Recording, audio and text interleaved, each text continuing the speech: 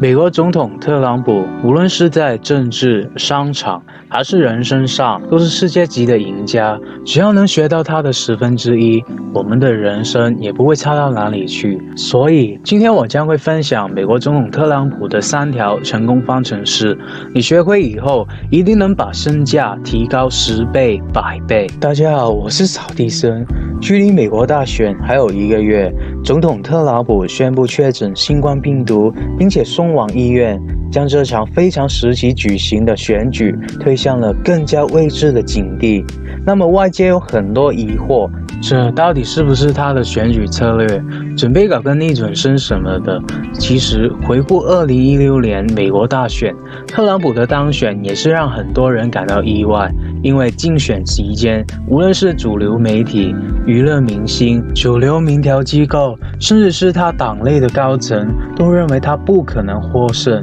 媒体每天都是铺天盖地的宣传希拉里即将毫无悬念的胜出，以至于大部分人最后都没有兴趣看大选的结果，认为希拉里铁定赢了。只是结果让人跌破了眼镜，特朗普就是赢了，而选举的结果更是美国国民投票出来的。那么今年的大选，特朗普能否力挽狂澜，成功连任呢？这个问题，时间会告诉我们答案。而我们现在更应该关注的、更应该学习的，就是特朗普是如何一直创造出这样神奇的功绩呢？现在我马上告诉你这3条特朗普的成功方程式。不过在此之前，你可以考虑订阅我的频道，然后打开小铃铛，这样就不会错过任何开源节流的思维以及方法了。第一，成功等于概念加观察。现年74岁的 Donald Trump， 1946年出生在美国纽约市皇后区的一个富裕家庭。Donald Trump 的父亲 Fred Trump 从地产开发中大发横财，积攒了不小的财富。Donald Trump 13岁的时候进入了纽约军校学习，一直读到高中。军校的生活教会了 Donald Trump 律己语言。少年的时候，每次放假回家， Donald Trump 都会跟着父亲学做生意，学着和承包商周旋，参观楼盘，讨价还价等等。因此他从小就对做生意有了概念，这很重要，也是一个人能成功最关键的心法。因为当一个人对一件事有了概念，你才会去思考这是什么，我能如何运用，这能为我带来什么，等等等等的问题。小特朗普就是因为他对做生意有了概念，他的思想就会围绕着做生意的方向去走，他生活接触的点点滴滴都会成为他做生意的灵感。也因此，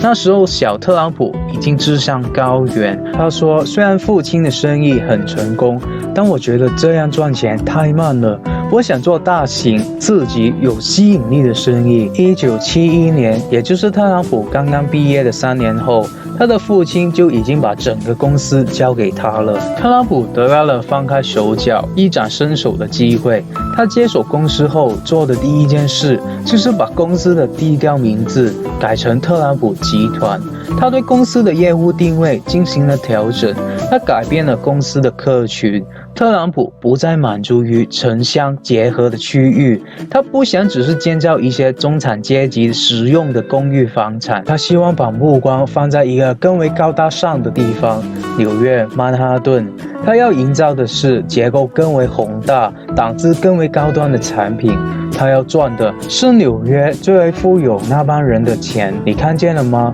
他的思维很清晰，他知道他父亲的公司为什么一直停留在瓶颈位，难以扩大的核心问题就是客户端的消费能力不够强大。而特朗普能够想到这一点，就是因为他从小就对做生意有概念，透过实践跟观察，让他能思考父亲公司的弱点在哪里，如何帮父亲的公司进行改革等等的问题，这才有了成功的结果。那么第二，成功等于永不放弃加拒绝坐以待毙。如果你去访问成功的人，你都可以去问他们失败的经历，因为真正成功的人都是从失败走出来的。就算是富二代背景的特朗普也一样。1999年，美国的房地产市场恶化了，四处借债收割地皮的特朗普被推上了风头浪尖。他旗下的每一处资产都是通过高额负债建成的。当时特朗普集团的资产价值不断下降，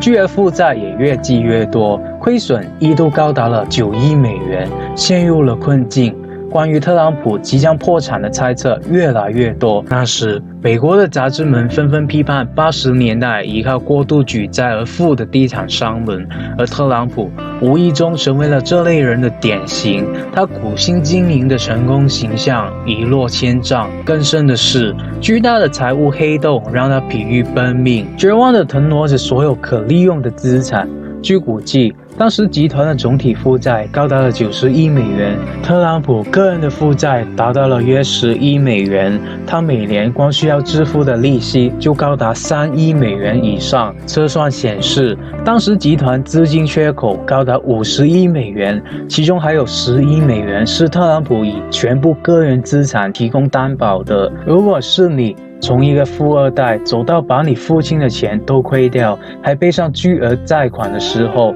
你会放弃吗？而特朗普的选择就是拒绝坐以待毙，他与众不同的坚强意志得到了最好的体现。他一方面通过接新还旧的死命维持，同时四处腾挪，砸锅卖铁，试图弥补巨大的财务黑洞。那段时间，他忍痛出售了大量资产，他甚至还把自己位于佛罗里达海滩的住宅改成了度假村，以扩大收入规模。但可惜，这还无法使各大债权银行满足。特朗普只能以我是没有钱了，大不了鱼死网破的坚韧不拔，成功说服了一系列债主，让他维持公司日常的运转。另外，更对部分债务延期，豁免他后续5年主要债务的利息。到了1996年，他的倒霉财运才转向，他的酒店、赌场、度假公司成功上市，为他盈利2.9亿美元。